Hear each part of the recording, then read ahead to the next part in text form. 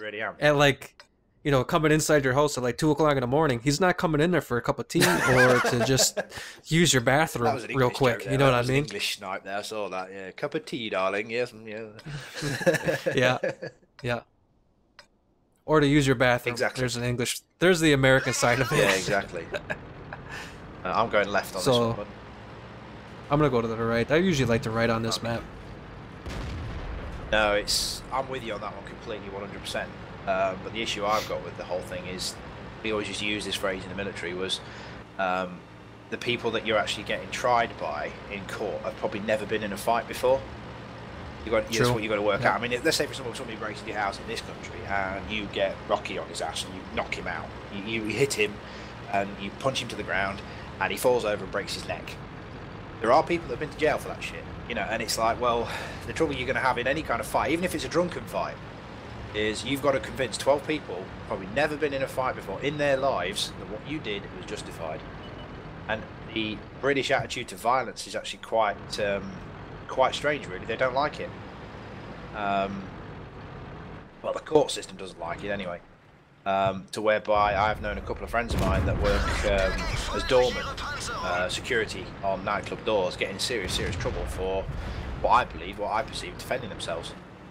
But you've always got to take that risk. We used to use the phrase, better to be tried by 12 than carried by 6. But that works in the army because you've got the rules of engagement by the side of you to protect you. You know, the rules. That's a good saying. I like that saying. Yeah, better be tried by 12, carried by 6. It's better to worry about it later than to, you know, get killed. It doesn't translate very well to the civilian world. For the simple reason is you're never really in that much lethal danger. But what we're finding now is with our draconian rules on firearms, is again the only people that's actually affected are the people that actually used to enjoy firearms, because they did a gun amnesty after there was a tragic situation in a place called Dunblane. I don't know if you heard about that. Basically, a bloke went into a school and killed loads of children. You know, by the by, that's the brief version of it. A lot more to it than that. But they basically did a handgun amnesty, where they said we're going to ban these things. If you want to hand them in, you can do. And everyone did. Everyone apart from the criminals. Well, of course. The criminals don't. And that's one of the biggest arguments in the U.S. is why, because I mean, we obviously have a lot of people trying to get the handguns all taken away and all that, you know, or stricter laws and all that kind of stuff. And the big argument is, okay, so all the Johnny abiding citizens going to give you all their guns, and then who's not? Yeah. You know, people that are going to use it against Johnny Civilian. And this is the thing. It's like, I mean, you've got to have. I mean, it was a joke, but there was a comedian that once said, "You don't need gun control. You need bullet control. You need to limit the supply of ammunition to the point where it's too expensive to shoot people." But no. Oh yeah, that was Chris Rock, wasn't it? Yeah. And the fact that they'll take their bullets back at the end. Yeah. But yeah, and it's like, it makes sort of sense. But the thing is, it's with weapons and guns, it's the morality of the thing. You know that when you use your gun in the army, you get told that thing's a lethal piece of kit. You get shown what it does to people, and God forbid if you're lucky, you never have to use it against somebody. But you get shown and taught the morality of using lethal force, and the fact that lethal force means lethal. You're there to end people's lives. But a lot of people that use guns, the civilians especially, don't understand what they're actually doing and the sort of consequences of their actions. It's like with martial arts. It's one of the reasons I do martial arts and I don't do undisciplined stuff. One of the reasons I watch MMA quite a lot, but I don't like it. Because an MMA gym will teach a person how to seriously, severely hurt someone without giving them the knowledge and the discipline to try and not to use it. If that makes sense. It's the same with guns. You know, guns are designed for one thing and one thing alone. They're designed for destroying people, killing people and things. And like you said, if the criminal's got one, then you level the playing field by having one yourself. But then, what qualifies you to have that weapon? You know, what qualifies you? I know anybody in America pretty much, if they do the right things, hit the right boxes, can get a firearm. And it's like, well, that's fair enough. That's the way you live. That's cool. You know, but what qualifies them? I find it inherently scary that any Joe Civion in America can get access to an assault rifle. An assault rifle. Well, Yeah, go on. Sorry. There's a little bit more difficulty to it than that. For example, if you have any domestic violence against you, Yeah, you get vetted. Right. you don't get, you know, any domestic violence. So if you beat up your mom, your girlfriend, anything like that, your gun rights are taken away. Yeah. And then, or if you're convicted of a felony, any felony whatsoever, and there's a whole bunch of them, you get your gun rights taken away for that as well. Yeah. So it's everybody. You know, the assumption is you can handle it as long as you take like a course. You're supposed to take like a handgun course and all that kind of stuff, and so on and so forth. But as long as that clears through, you're good. But then if you have any of the negatives like domestic violence or all that kind of stuff, then you can't. Then you don't get to have it. Oh, right, okay. So it's not as easy as it sounds. And no, and automatic, and you always have a waiting period. Like, say I want to go buy a handgun. Yeah. I'd have to. They'd do a background check, make sure there's nothing there, and I still have to wait like 2 or 3 weeks. They have to go get licensed by the local police agency, so they have the license and serial number down, all that kind of stuff too, so that if it was ever turned up missing or whatever, they'd know who did it. But yeah, but even then, and I don't get, you know, it's giving the power to take somebody's life to somebody that probably really doesn't understand the morality of it. If that makes sense, that's my personal opinion on it. But like you said, if everybody in America's, you know, the criminals have got them, you're at a distinct disadvantage by not having one. But it's like the nuclear arms race. You can argue the same with that. If you know, we invented handguns and now everybody's got one, well, yeah, but no one wants to use weapons of mass destruction because it's anyway. It's just one of those things. It's an argument. I wouldn't want it to come into this country. Simple reason. In fact, no, I'm going to use a T-54 lightweight. I wouldn't want guns to come into this country because we're not used to it. If that makes sense. We're not accustomed to it. In America, you guys have got a culture of it, haven't you? I mean, it's developed from right back in your history that you've had the right to bear arms. Fair enough. In this country, I don't think it would work. In a controlled environment, then yes, but not to be carried openly on the street. No. But didn't you guys? I mean, I have to admit some ignorance of a lot of English history. Yeah. I mean, I know a decent amount of it, but didn't you guys have the ability to, you know, back in like the 13, 14, 1500s, carry weapons or carry firearms, but then, or is that just for like the privileged class, or how? No, I think you could. You could carry. You had the right to bear arms, but the laws came in over the years. Again, the minors, the minority spoiling it for the majority. Again, you hear about these travesties and all this kind of stuff, and then they banned handguns completely overnight, pretty much as soon as Dunblane happened. You can still carry weapons in this country. You can carry shotguns and bullet rifles, you know, sniper rifles, if you like, for hunting things.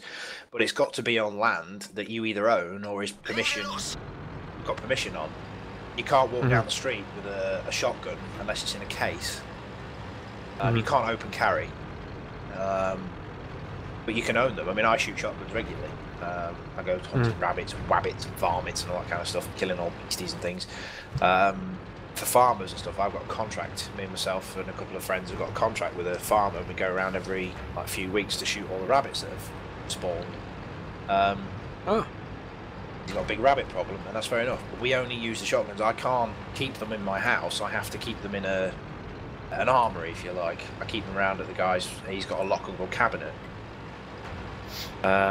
And the gun control. That's pretty crazy. The gun control is ridiculous. You know, if I had if I brought my uncle's shotgun here, in my house, I'd be breaking the law. Because this is that's nuts. Yeah, this isn't a registered property to carry that weapon. It's not been vetted by the police. Because the police have to come to your house and make sure it's securable and lockable and all this kind of stuff in case somebody breaks into your house and steals it. It's ridiculous. And one of the things I went to America for was to go to a gun range because I wanted to do some bits and pieces. You know, I wanted to shoot some different weapons and stuff. Because we did a few especially bits. In Vegas, yeah. Yeah, we did a few bits and pieces in the military. I mean, we got some AKs in when we went over to Iraq. You know, we used the AKs. We learned how to basically use them, as it were. Because in case we had to pick one up. But the thing for me with the assault rifle or the gun AK, all assault rifle drills are the same. You handle the weapon exactly the same way, no matter what weapon you're using. But yeah, we've got to fire a few bits and pieces. But I'm all about experience, you know what I mean? I like experiencing things and doing stuff. But firing different weapons. I mean, I'm a bit of a gun nut anyway. I'm a really good shot, so well, I think I am. Yeah, I don't think. Well, you've obviously had training people in the army, so. But it's a different kind of shooting in the army. Yeah, you do some really funky stuff. I enjoy it. But in this country, I don't think we're ready for guns. Honestly, I really don't think we are. We're just used to not having it now, so it's kind of hard to ever get the ability to get it back again. Thanks for that. You saved my ass there. I think you had it. I had him. Oh, yeah. It's cool. Hey-oh. Uh-oh. I'm screwed now. I'm trapped in the open.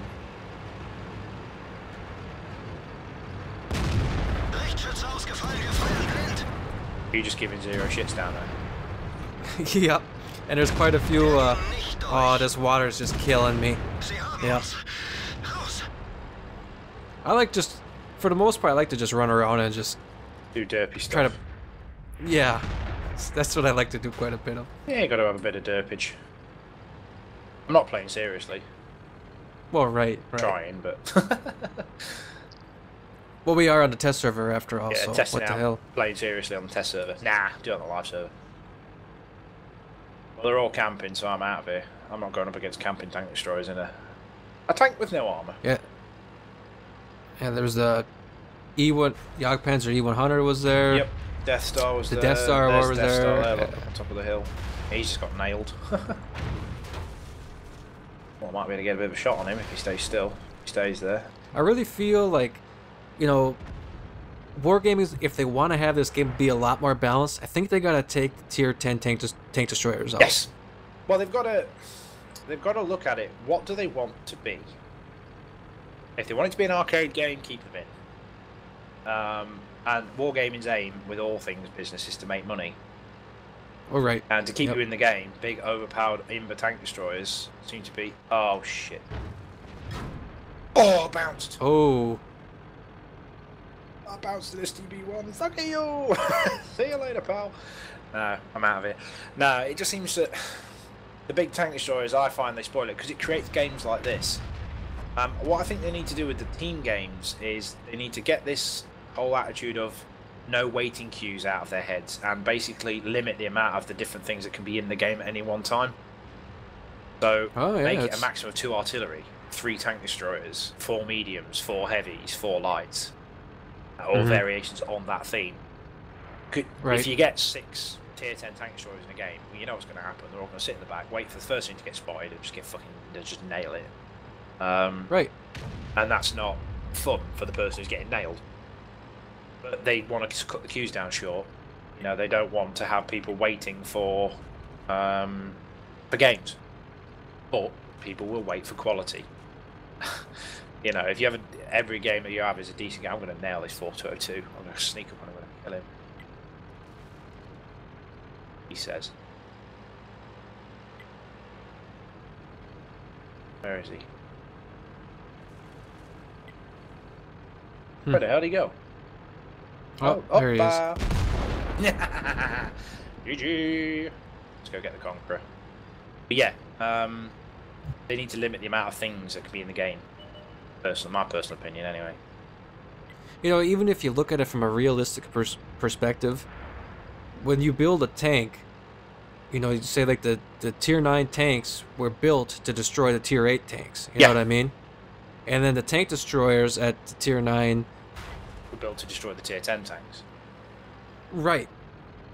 So they're like, there should be a tier up. When you go same tier with a tier 10 TD as you do as a heavy tank, the heavy tank is basically worthless at tier 10 because the tier 10 and tank destroyer is what's really the most powerful tank. Yeah.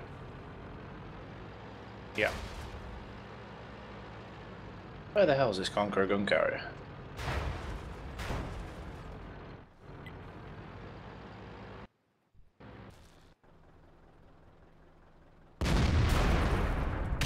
Yes, I am driving it backwards for a reason. Where the hell are these tank destroyers?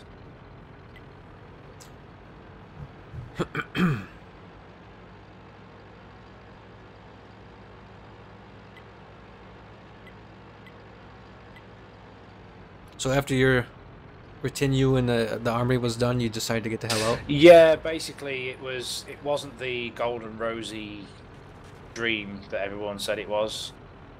Basically the British Army is very small, and we were busy.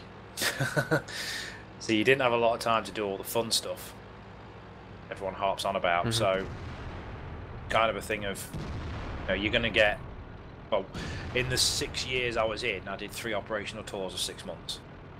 Now that may not be a lot in American terms, but it is in the British. It really is. That guy's just fired, hasn't he? Yeah. Good mind, son. Up. Oh. Oh, that's funny. Yeah, oh, I got it. Don't put that on YouTube. That's going. No, that's going up.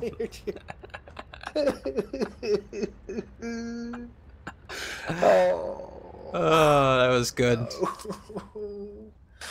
Oh. Oh man. Oh, I tried to turn left and everything. I knew he was going to do that. What a knob. Oh well. There you go, YouTube. Perfect demonstration of how not to play the T-54 lightweight. Yeah. Where was I? Yes, talking about. So we were very, very busy, and it really was affecting my. Not my. Well, I'd my now wife with me at that stage, and I was never in the country. I mean, I know you don't join the military to stay in the country and eat pies and Oreos and stuff, but. Well, right. It was a case of a bit of balance, you know. If we're going to play hard, if we're going to work hard, let's play hard. You know what I mean?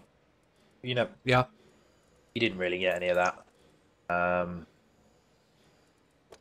When the opportunity arose, you got the occasion. I mean, I went skiing once in 6 years. Let's put it that way. So, go figure. Not what I joined for. Now, I don't mind working hard and going away for 6 months and, you know, shooting people for a living, but, you know, give us a bit better cut when we get back, you know. Let our hair down and pay for us to go to Cyprus or whatever and do some adventure training. But then it really... Gotta have some fun. Yeah, exactly, and there wasn't... you're either on tour, just got back from tour, or just about to go on tour. Like, well, and now it's all finished, it's all rosy again now. Sucks to be me. Well, I don't know, man. They're doing all this stuff with ISIS and whatnot. Yeah. But then that shit, I know it's politics, but I knew that shit was going to happen. You can't instill democracy in a country that's been basically treated the way it has, expect it just to survive and carry on as normal. It's not going to happen. Well, there's democracy in a country that's never, in a region that's never experienced it. Yeah, exactly. It's never going to work. Never. I'm going to give this lightweight a try since it seemed to be pretty fun. It is a giggle truck.